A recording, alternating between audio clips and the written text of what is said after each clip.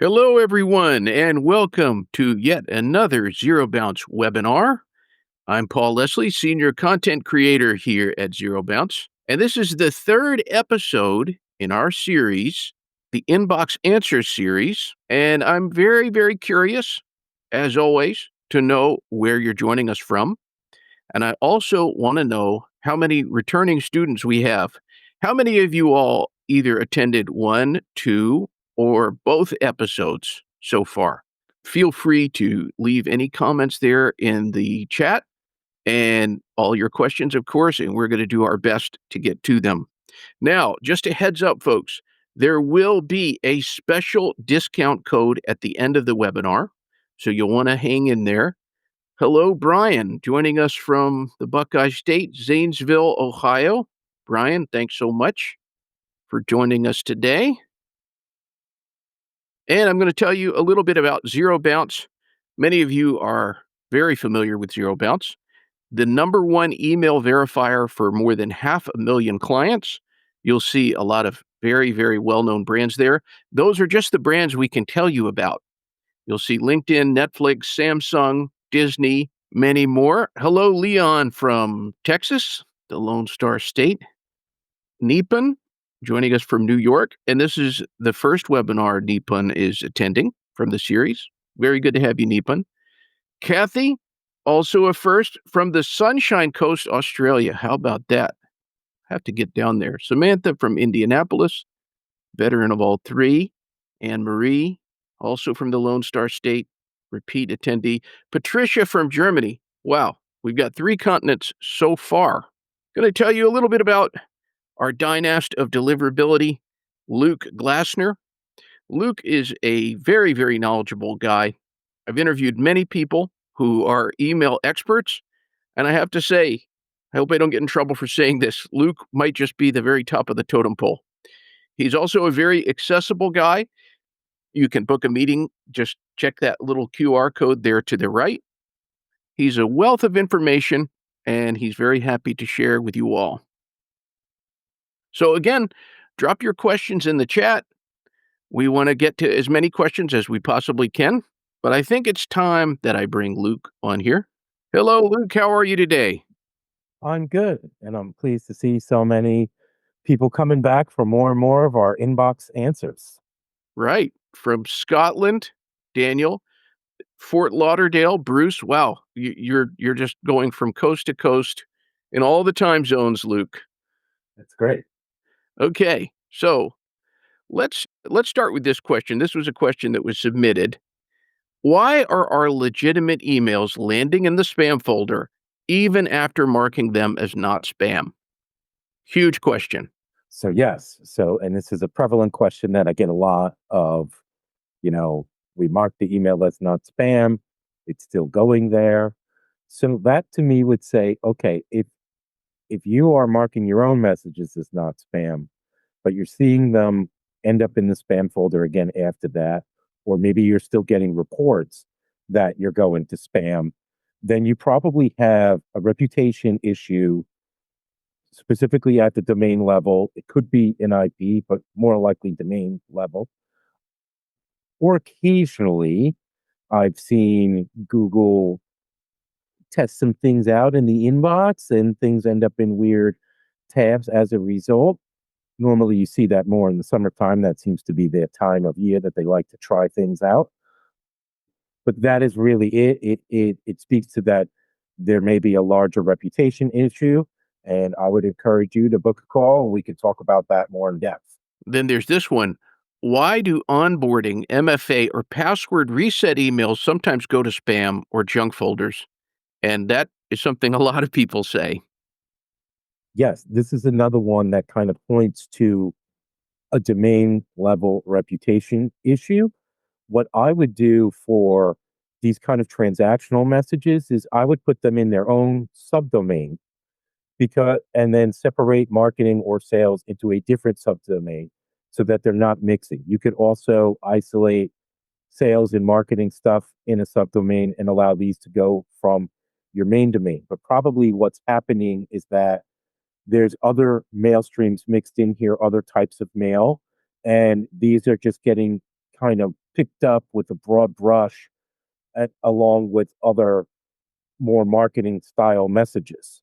So separate them out, and then you should be able to, of course, do like a little warm up if it's a brandy new subdomain or IP or whatever you have going on to separate them.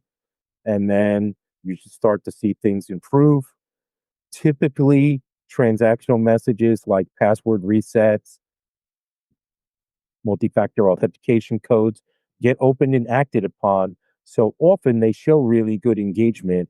And those type of messages, when they're separated on their own, should not land in the spam or junk folder. Interesting. So, folks, don't be shy. Feel free to chime in, even if it seems totally unrelated to the question that Luke is answering. This next one, why does our email go to spam, even with email verification and simple content? This could be an issue. Again, you have some issues with your sender reputation. That's why you're going to spam, even though you cleaned up the list. Normally, I do see a bump in reputation when people do that, but it might not be enough to really lift you to very consistently go to the main inbox. Content is typically one of the last things I look at, although I would check the reputation of the URLs, whether that's links or images within the email. That's something that I often see can be picked up and is hard to tell because it's not, it's not like it's a specific word or something, but it's more those things, if they have a bad reputation, count against the email in the filter. And then the other thing is you got to improve your engagement. I mean, that's the one of one of the main ways, the two main ways, and I've kind of mentioned this in my previous one about the spam complaints. The two main ways that people end up in the spam folder are lots of people marking your content as spam. Obviously, you end up in the spam folder then. Or if you have a pretty low engagement rate with the email, the people that engage will still get it in their inbox, but in general, it will start to go to the junk folder. So improve that engagement, use some type of restorative warm up. Again, this is something we help with, and feel free to reach out. I can answer your simple questions, or we can, do a project and fix it for real. Reaching out is always an option at any time. This one comes from Kathy Allington. How do you get around email deliverability where the IT department has to allow your email? In a mail out of, say, 3,000, we might have 100 or so of these. These are often driven by, okay, so there's two ways this could happen. It could be your own mail server is flagging maybe one of the accounts and it's not really letting the messages go out, or the person at the other end has some kind of like affirmative filter or firewall where typically it'll come back. Earthlink used to see this a lot. It would send back, and you have to click the link to confirm you're a real person. So one of the things that might be happening is making sure that if those replies are coming before it will allow your message through, that it's going to a mailbox and someone's acting on it. And then once it gets into the allowed list, you should be good at least for a while. Some of them will make you reconfirm after a certain amount of time, but that's probably a lot of what's driving it. If it's from the internal side, look into, can you whitelist certain domains or places that you're sending to on a regular basis. All right. And then this one comes from Michael. What are the specific rules of deliverability post holiday? Very interesting question. Right. So a lot of our, shortly after the holidays in January is kind of making a comeback from maybe being a little bit heavy handed during the holiday season. So one thing I see a lot of retailers would do over the years, and this is how we got to these like very high levels of frequency, is during the holidays, they would up the frequency, right? So they were mailing you once a day, now it's twice. Because there wasn't a massive hue and cry against that, a lot of times they're like, well, it seems okay going twice a day. Let's just stay there.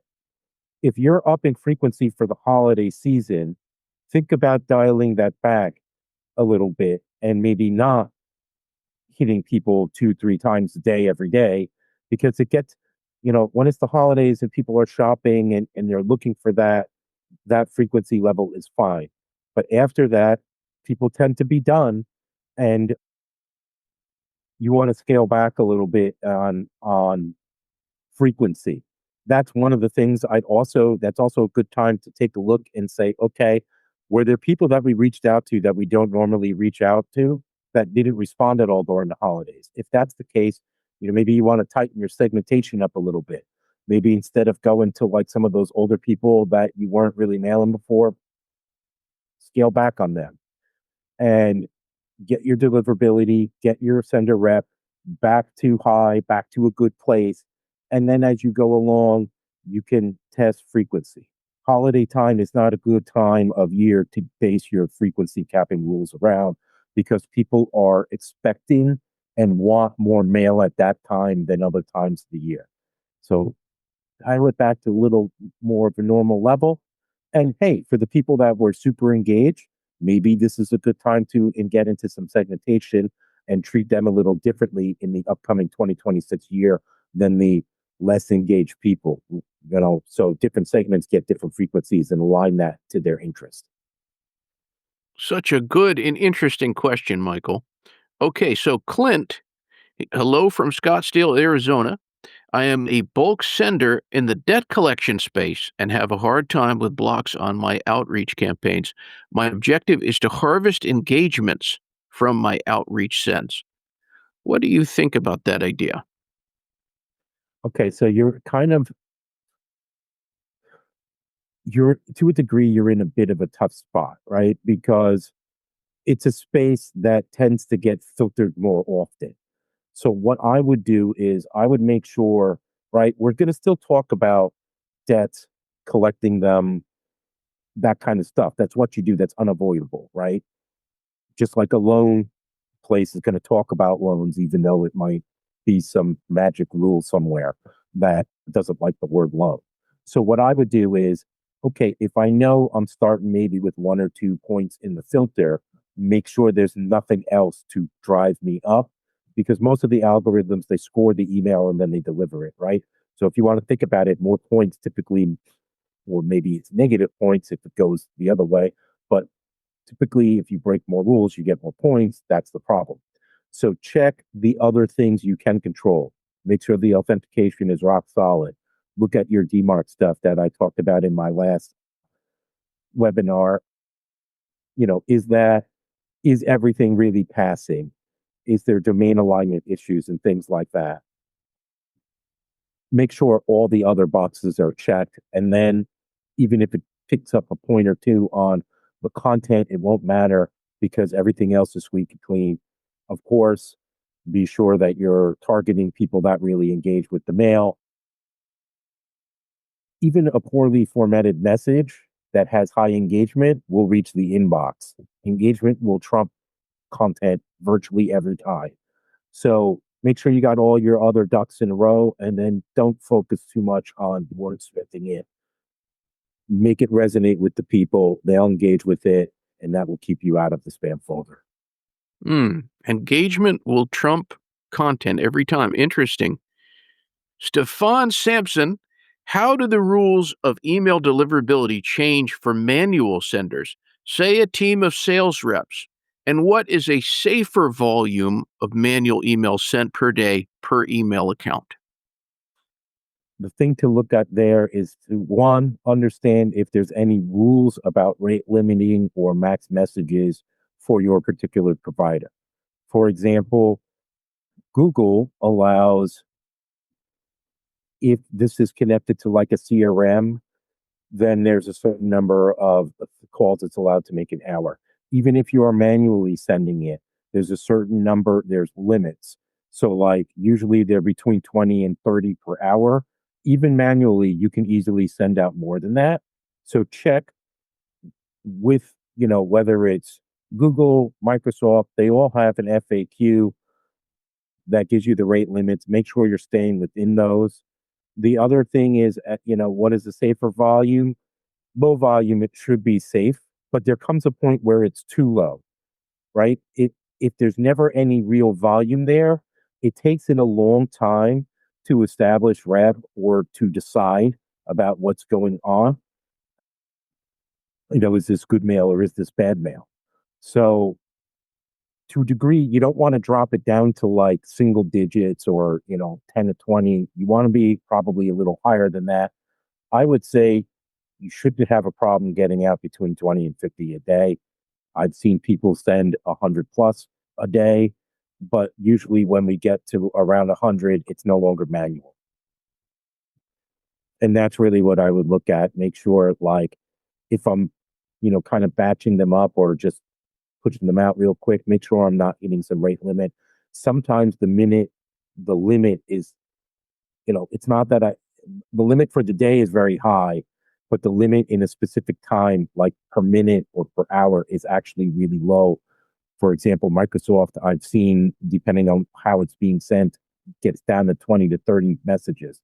It's easy to even manually send 30 plus messages in an hour. So check that out. That would be a place where I would start. All right. So this one comes from Justin Ba. Do you have any guides on building recommended segments based on the data you're passing to the ESP? High engaging, risky, second tier data mail only to an engaging campaign.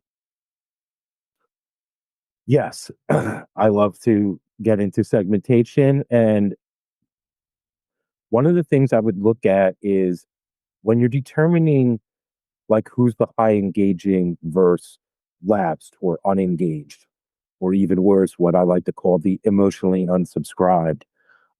What I would look at is not only are they reacting in email, but what other additional data can you bring in to support that they are engaging with the company, with the brand, with your content. So I see that they opened. Okay, that may be a real open. That might be an Apple MPP thing. But if I also see that they're being active in social or they're doing stuff in my text SMS program, those kind of other signals that show me this person is engaged with the product, with the company, with the brand, then, I'm much more confident about putting them in the hyper engaged segment. The other thing is I would think about, analyzing it and looking at different cohorts, right? One that I like to use a lot is based on when did they sign up for the email program? What was going on around that time? Does the people that all signed up in, say, September exhibit similar behavior as they go down the line? And then risky, what are the things that I can find that maybe risking losing people, or I noticed all the people that came from this particular source. Source is also very important to track and layer in with things like time-based cohorts or engagement-based cohorts. Like, hey, I sent 20 emails out of the month. The top 10% of people engaged with 5 or more of them. So that's like at least weekly they're engaging with an email or maybe 1 or 2 extra during the month. But those are the type of things I look at. So it's additional signals beyond email, cohorts based on lead source or like sign up time on file, and then how often do they engage in mail regularly for that particular person, and then you can pull them together. If you really want to get into fun stuff, you can use maybe aggressive profiling or data enhancement to get some additional data about them and do something like clustering them or using a chain type of analysis to build fancy segments, and then develop and determine what are the norms for each of those kind of personas or segments to make sure that they're right. And then risky people, move them down, maybe don't talk to them as much, and you know, those kind of tactics to not cut them off because then they'll never engage, but maybe they're just not as interested as the person opening, multiple times a week. So treat them differently. A preference center can also really help in that kind of situation. But I will say that a lot of people aren't going to give you the preferences. But for the people that do, those will be good markers. And then if you can assign them to a cohort and a lead source, now you got enough data to kind of extrapolate based on the rest of them. We're going to get to these questions. So many of them are so good, but I thought this was important to touch on, the one that's there on the slide. How can I test whether my emails, example from HubSpot or Gmail, are landing in spam, and how do I fix it? Okay, well, we have just the tool for you. It's called our inbox placement test. And that is really the way to test whether you're using our tool or you're trying to do it on your own. The number one way to see whether email goes to the spam folder is to run inbox placement testings. And the more seeds you have in that test, the more accurate it will be. For example, very recently, we upped the number of seeds for both Google Workspace and Gmail so that we could get more seeds in there and get a more accurate read on how much is really landing in the spam folder. Also, don't be afraid to throw in a few of your own. And then how do you fix it? Usually it's going to come back to some type of scaling down some volume and doing some type of restorative warm up procedure. And that's certainly something that me and the deliverability services team can help you with. But yeah, it typically the fix is going to be some form of warm up once you've identified what's really bad. You might also want to run an email configuration test for review bounces if you have any kind of authentication issues. In theory, they're going to bounce it back, but they might just junk it too. Not every ISP follows all of their own rules. That's, the joy of being Google. Okay, another question from around the campfire here. Kelsey Nip asks, from a resource standpoint, we only hit our populations once a month. I'd like to set up all sends in 1 week to focus on other items the rest of the month. Will that kill our deliverability? Good question. Yes. The answer is it won't if you're smart about it. So what I wouldn't do is I wouldn't load up everyone to be on the same day and have a big spike in volume and then a quiet. So you could certainly set them all up in the same week. That won't impact your deliverability. It's when they actually go out. But the other thing is I would probably do different populations one each day instead of having a major spike. ISPs don't like big changes in volume consistency, and you might have to do it for a little while for them to learn the pattern, right? You don't, but the last thing you want is to load them all up on the same day and have a big spike and then nothing from you for the rest of the month seen by the ISPs, not the individuals, right? The individuals get their monthly email, but the ISPs like to see they like predictability in send volume because that allows them to optimize to actually deliver the mail. So that's what I would avoid big spikes and you should be fine. Spread it out over the course of the week. And you could set all the stuff up in advance. That won't impact you at all. Just Right. remember that it needs to double check that if I set it up at the first week of the month and now it's the last week, that it did clean off any bounces or unsubscribes or complaints that came off in during the month. It should do that by itself, but verify that. All right. So this comes from Neepan. How does auto opens and auto clicks affect email deliverability? It affects email deliverability in the way that it misleads marketers and it makes it very hard for marketers and senders to understand who's really engaging, who's really opening, who's really clicking. And what can happen is it can mask a problem until it like snowballs to the point where it kind of blows up in your face. And I know that happens because when Apple MPP came out, it happened to me. And it took 6 to 8 months for that snowball to get big enough to basically knock us over. What what was happening is it seemed like people were engaging, but it turned out those were the auto opens and the auto clicks. And so my segmentation was off, and I had to learn a new way by incorporating additional signals outside of these two to find who really was engaged, which kind of goes back to the earlier question. So It's not that it makes the ISPs treat you differently because they know, like, Google doesn't care about Apple Auto Open, but it can be very difficult for marketers. The other thing is look into your reports, look into the documentation. Does the system do anything to help alleviate false positives?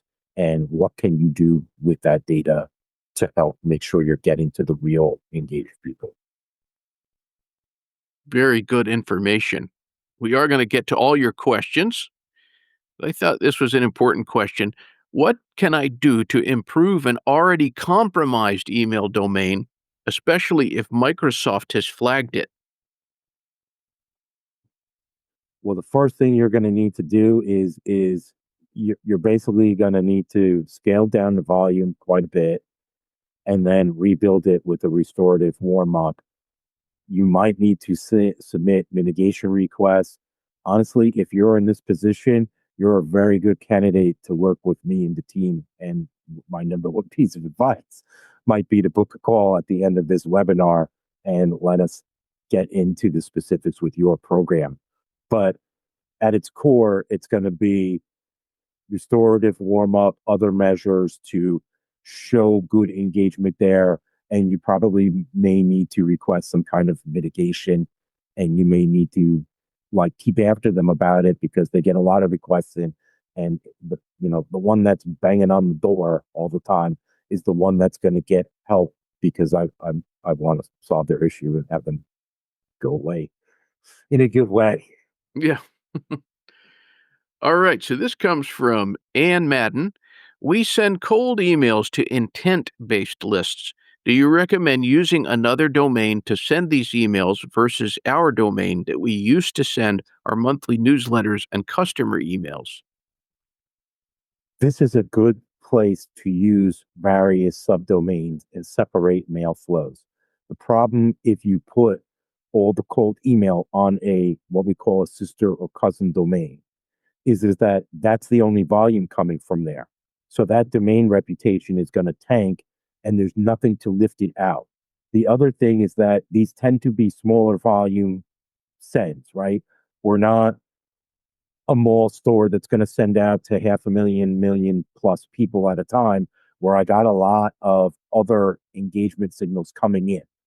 So what I would do here is I would separate them. I wouldn't send them from your top domain, and I would separate them in a different subdomain from your newsletters and customer emails. In fact, the customer emails I'd probably keep at the top domain. The newsletters I'd have a marketing subdomain.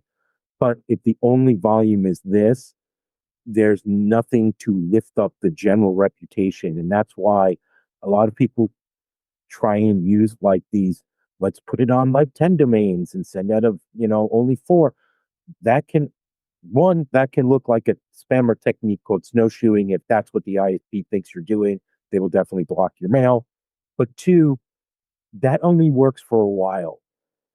Yes, it takes long because the volume's low. It takes quite a while for the system to determine what your reputation is.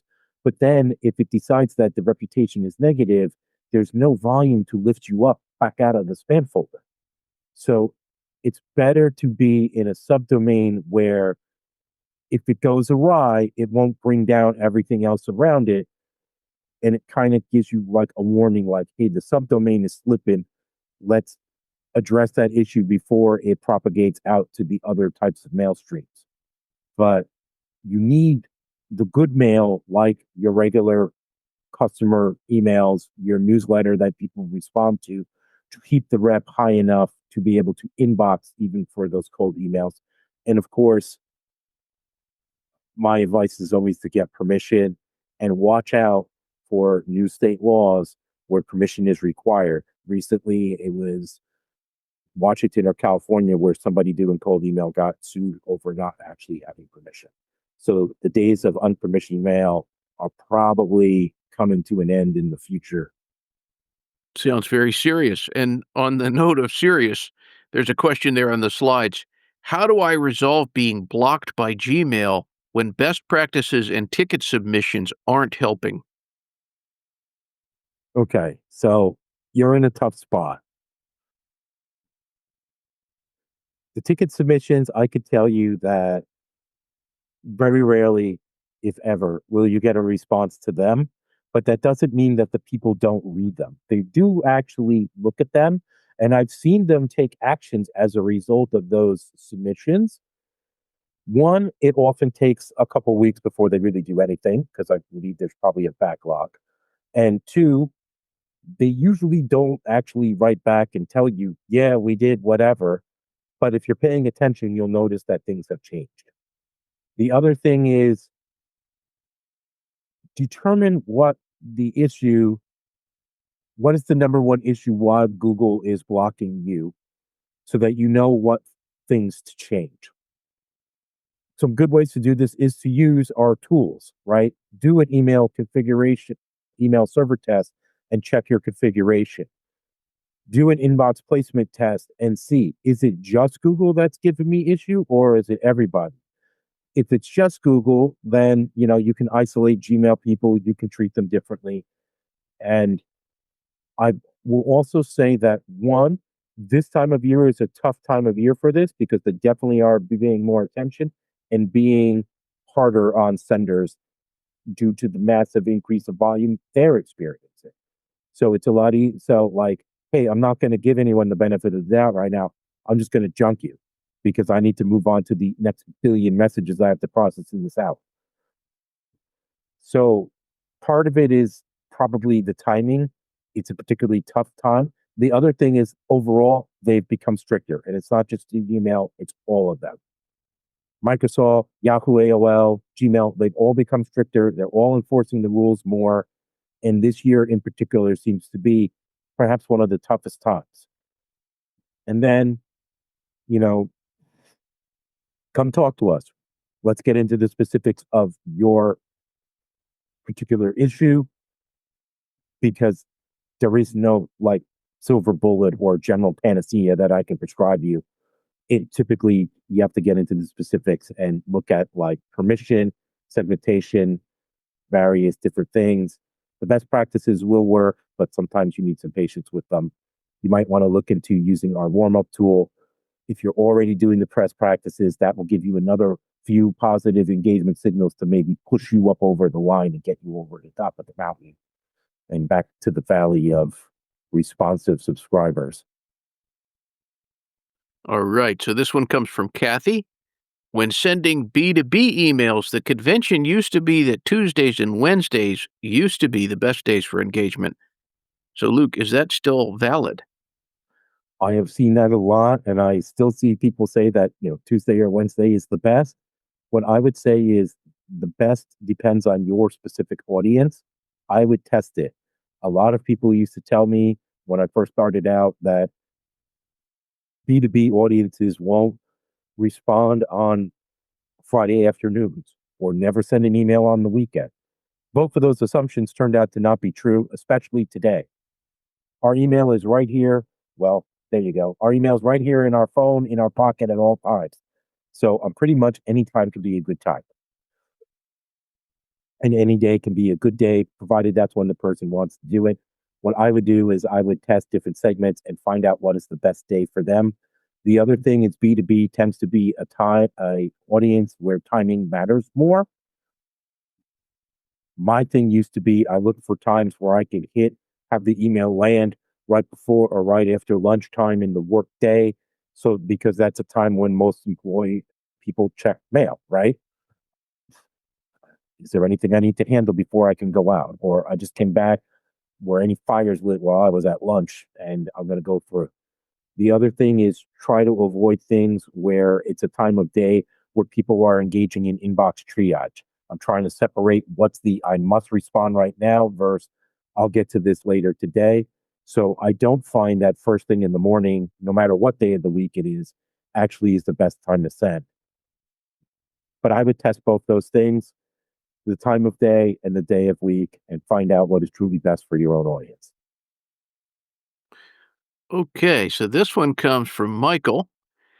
With both Yahoo and Gmail capping mailbox size, we're seeing more bounces due to full inboxes. What's your advice for trying to reach out to them, hoping they've cleaned out their inbox 60 to 90 days down the road? You certainly can reach out to them again. When someone first soft bounces, and that's the most common one, is of course mailbox full. One, find out how many times has the system already retried to deliver that multiple times before it decided they were a soft bounce. 9 times out of 10, the answer to that is yes.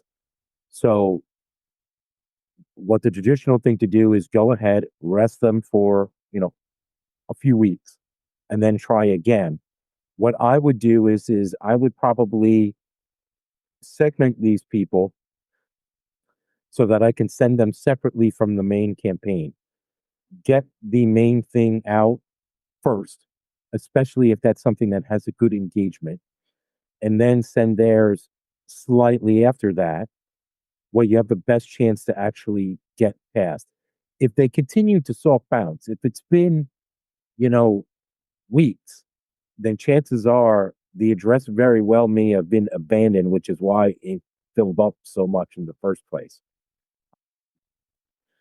So if it's been more than 60 to 90 days and you're still getting soft bounces, I'd probably quit on that person. The other thing is take a look at the rules and understand how that goes with your sending frequency, right?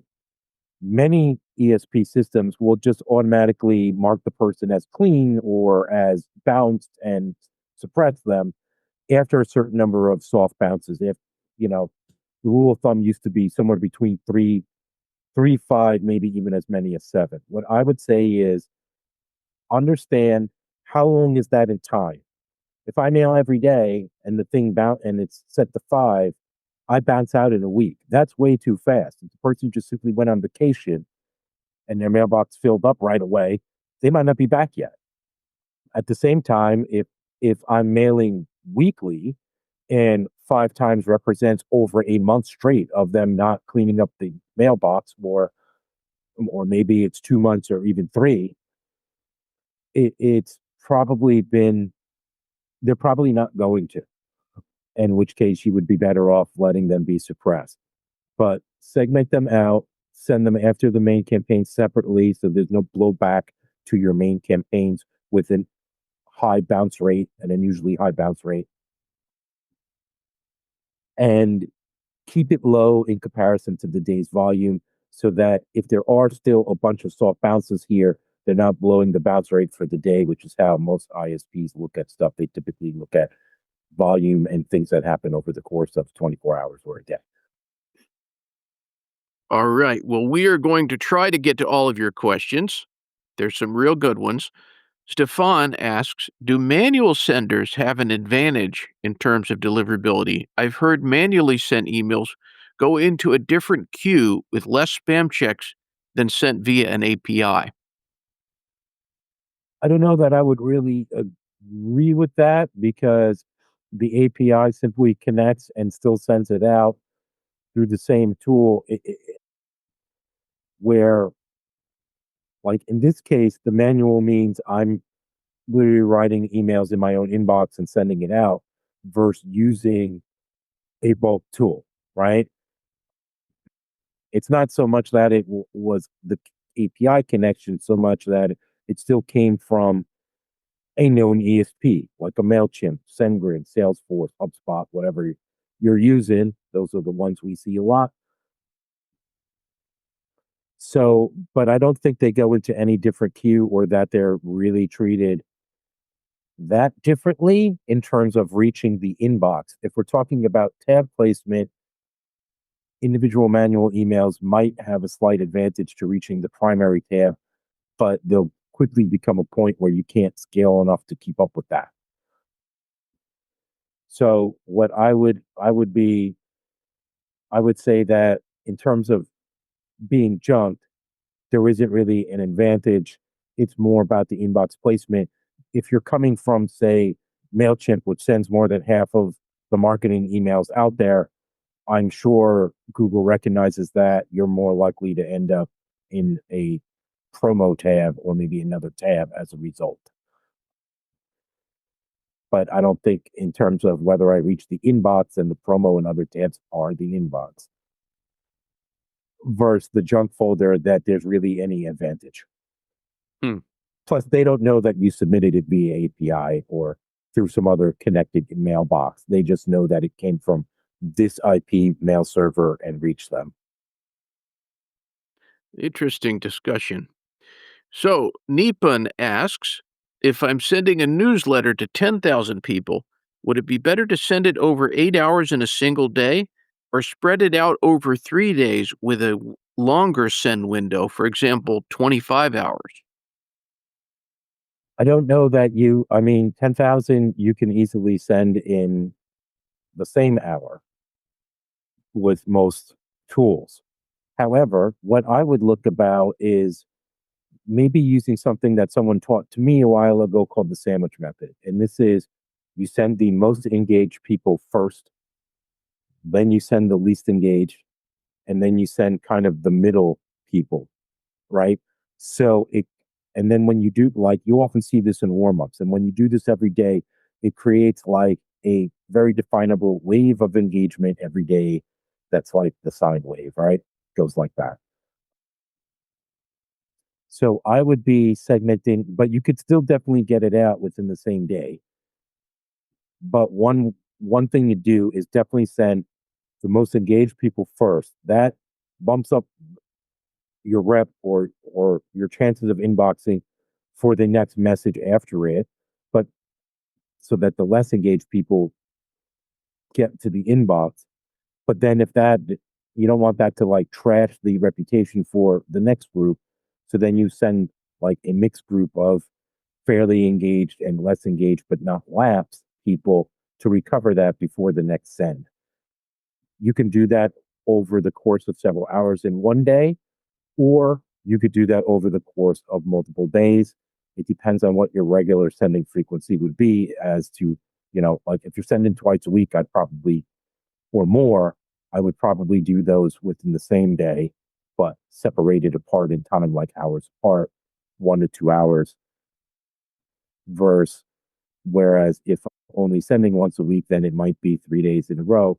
But remember, you want the last thing that you send to have been decent engagement so it doesn't sink the 20%, the 80/20 rule with the 20% of the people that really engage and drive the majority of the revenue. Now, we have a lot of questions. Luke, shall we go into an extra inning? Sure. Okay, I knew you'd be gay. One of the questions I see there on the screen, how do I approach Microsoft's filters and which tools are best for warming and scaling outbound? And there are more and more questions about Microsoft. So, what do you say, Luke? So what I would do is one, make sure you have read and are following their bulk sender guidelines. Theirs are slightly different than the Google and Yahoo ones who release theirs like as a joint effort, but they largely mirror them, right? So the first thing is, and this is the easiest thing probably to check, is run an email server test or do the lookups yourself with another tool, but check is all your authentication correct. The next thing is take a look about what's going on there. Do you have any bounces or any feedback or anything from Microsoft that might be telling you what's going on? If you can get SNDS, which is like their Postmasters tools data, if you don't have a dedicated IP, you might need to ask your provider for that because you can only sign up for it with a dedicated IP, and usually the provider is the one that signs up. But see if you can get that out of them, and that will help you understand what's going on. Pay attention to rate limits. I've seen a lot of people get tripped up on those, especially when things are connecting to a mailbox and sending. And then tools that are good for warming and scaling outbound. Our warm up tool is effective and works pretty quick. I've seen it be successful for a lot of people. But remember that the tool is just a tool. You still also need to deal with your own audience. The tool helps you, but the tool alone won't get you there, no matter what tool it is or how wonderful it is. They all, after a while, fall back because it's never going to have the kind of volume that your own sends do. So it's less than the regular volume. So in that case, what I would look at is improving your own practices, especially around permission and making sure that you're hitting the most engaged people, understanding their guidelines, and doing whatever you can to get information out of Microsoft and understand that different flavors of Microsoft or Outlook work differently, both for the filter before your mail even goes out and from what they receive. Outlook.com does not necessarily follow the same rule set as, which is a B2C product, as say Office 365 or Exchange.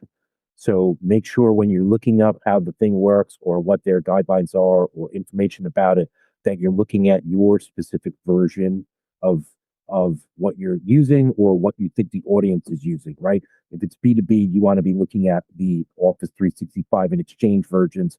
If it's B2C, you want to be looking more at Outlook.com and its rule set and its things as well.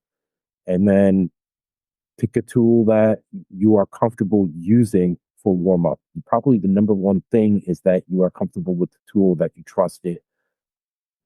They all work very similar. They all do very similar things.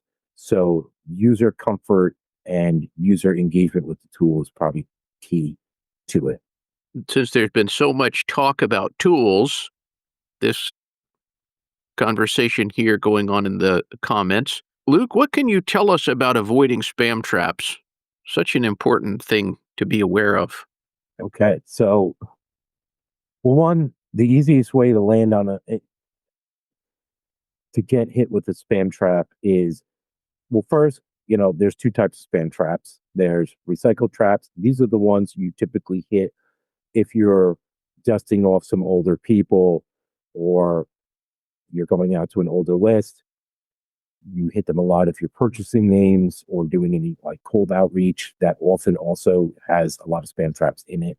If you're going to any of the kind of well-known data providers, I'm not going to name any names, but certainly validate that stuff before you send it. I find no matter who it is, it's about 10% if it's off, and there'll be some spam traps mixed in there. Then beyond that, you're talking about abandoned emails. So these are we talking about like you're trying to send them an abandoned cart type email, or is it that the email has been abandoned? In either way, right, validating the list is definitely your best first step. That will identify a lot of the things that have gone bad, have recycled into traps. If it's pristine traps. The other thing is, if you're having a problem with like abandoned emails or bad emails coming in, use both CAPTCHA and real-time validation on the form. I see this a lot with like bots just relentlessly hitting the create an account form or whatever form they decide. Bots are signing up in droves for my webinar today. Things like that. So make sure you put in place things like a CAPTCHA and real-time validation to make sure that the emails coming in, aren't these abandoned or problematic addresses. And I certainly see that happening with other senders, even before I joined ZeroBounce for the last couple of years now. There's just been a lot more bot activity than there was even 2 or 3 years. Those CAPTCHAs are so useful, especially in this day and time. Stefan writes, final question for me here, and thank you so much from London. Thank you, Stefan, for joining us. What's a good reply rate in your view? I'm sure you've seen vast ranges. Just a rough idea of good reply rates and positive engagement rates as a benchmark would be useful. Okay, so what I would be looking for here is a good rate is an incremental 10% lift over a period. So every quarter, I'm getting 10% more responses. The best way to judge this is to benchmark your own current rate and see if you're improving. I could throw out a range like, oh, I think 5 to 15% would be good. And by the way, that would be a wonderful range to be in. But what you really want is to show that you're improving over time and that the number of replies and the amount of engagement with the mail is going up. So benchmark it. How did I do last quarter and last year? Am I doing that? Am I beating my average? That's really the way to look at it. And if you keep doing that, you will find that you can get, by incrementally improving it, you can get to reply rates that are double digits. And I've definitely seen people test their way and increment their way to doing that.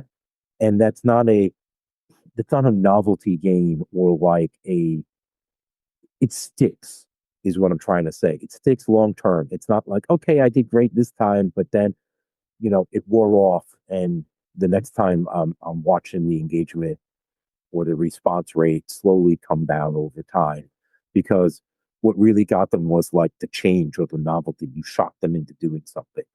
So those are my two things. Test a lot, reiterate and seek incremental gains in the reply rates, and you should be able to get to double digits. And that is a very healthy range. The when I used to be in school, they told us that site wide, nobody can seem to break the 3% mark for conversion rate for a e-commerce site, not even Amazon. They can get a specific page with a very niche audience that really blows the doors off it and reaches 10, 15 plus percent. But when you look at it overall, 3% was like no one can beat it. So you could take your own inferences from that. But my thing would be if I'm doing better this month than last month, this week than last week, today than yesterday, as long as that continues, you're going in the right direction and you'll be able to get whatever the goal you want is. This one comes from Aparna. Is there anything called clickbots? There's definitely clickbot things out there. We talk about bot clicks a lot. I think it would be better to call them filter clicks because I find in a lot of times that's what it actually is doing. So like an email is received and they have anti-spam on there. It's not anti-spam, antivirus. And it will follow every single link in that email, whether it's an image, a link, every URL to see whether there's any virus at the end. Often this makes the thing fire the redirect for click tracking and it will count as a click and that can inflate your click numbers.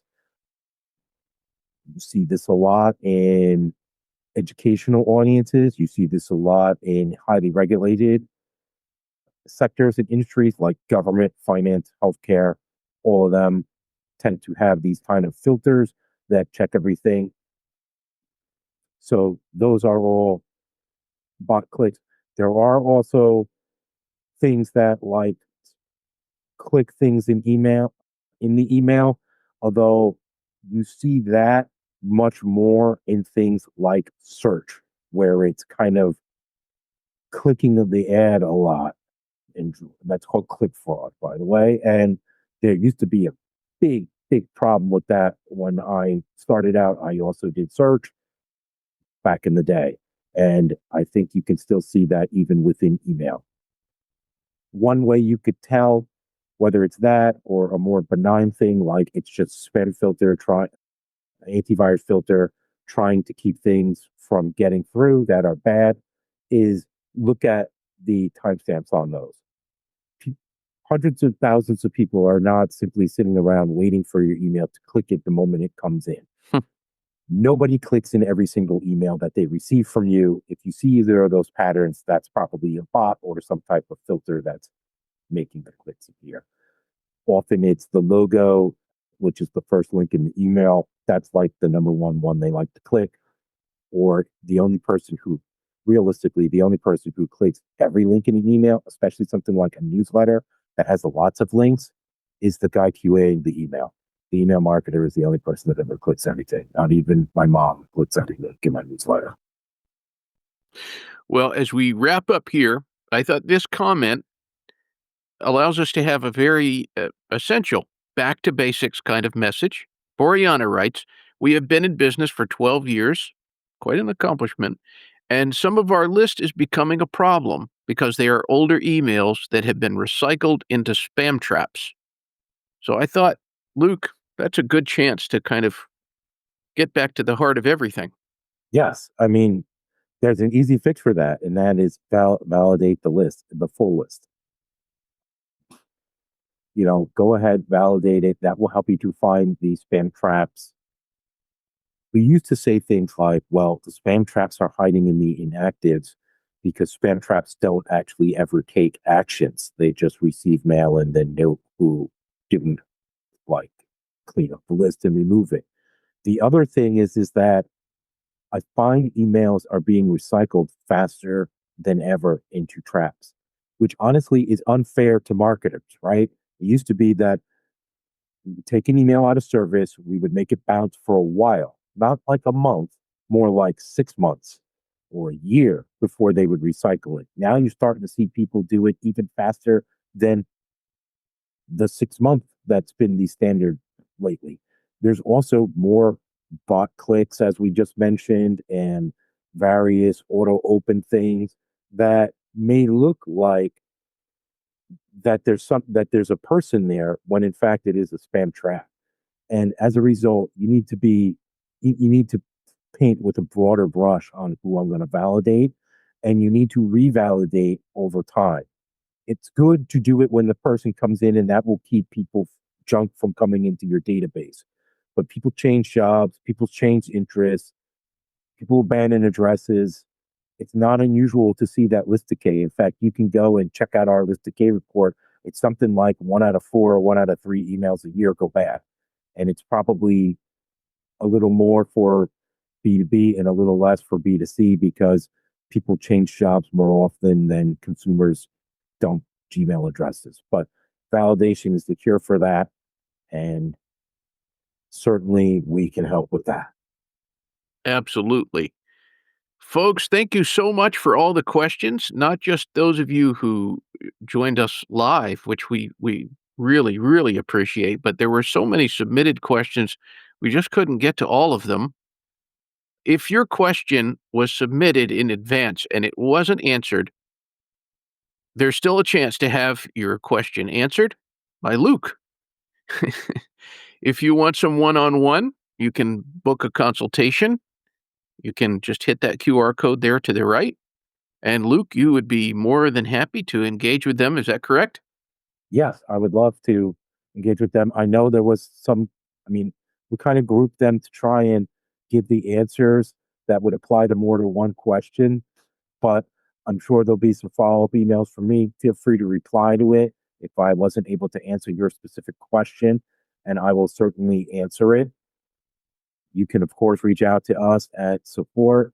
You can book the call, or you can even just email me with your question. And all of you I've been here, I love to talk about email. And if you give me a question, I will certainly expand and expound upon it in a highly verbose way. So feel free to reach out to me in any of our channels, and I will get your questions answered and get you going in the right direction. Thank you, everybody, for joining us today. Absolutely. We love questions. But if you're wondering, is this the end? No, it is not. We're just about at the halfway point of this series. We're going to be continuing on next month, January 22nd. We would love to see you there. That's going to be the 4th episode, Email Metrics That Matter, Spot Red Flags Before You Get Blocked. Very, very critical. And there's going to be more to come. We want to see you. And I promised you all that there was going to be a special discount code, and it is. The use code is Deliverability20 altogether, Deliverability20, and you'll get 20% off, and that's going to be valid until January 30th, 2026. So make good use of that code, and we really hope that we see you next month as Inbox Answers continues. Thank you, each and every one of you for joining us. Luke, it's always such a pleasure to do this with you. I enjoy it so much.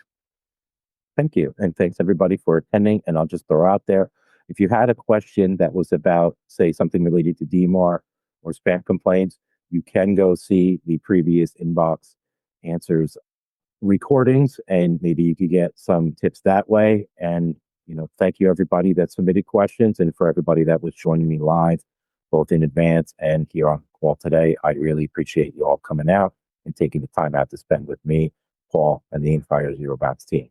Thanks, and have a wonderful day. Thank you. You all have a wonderful one, and we will see you again on the next Inbox Answers.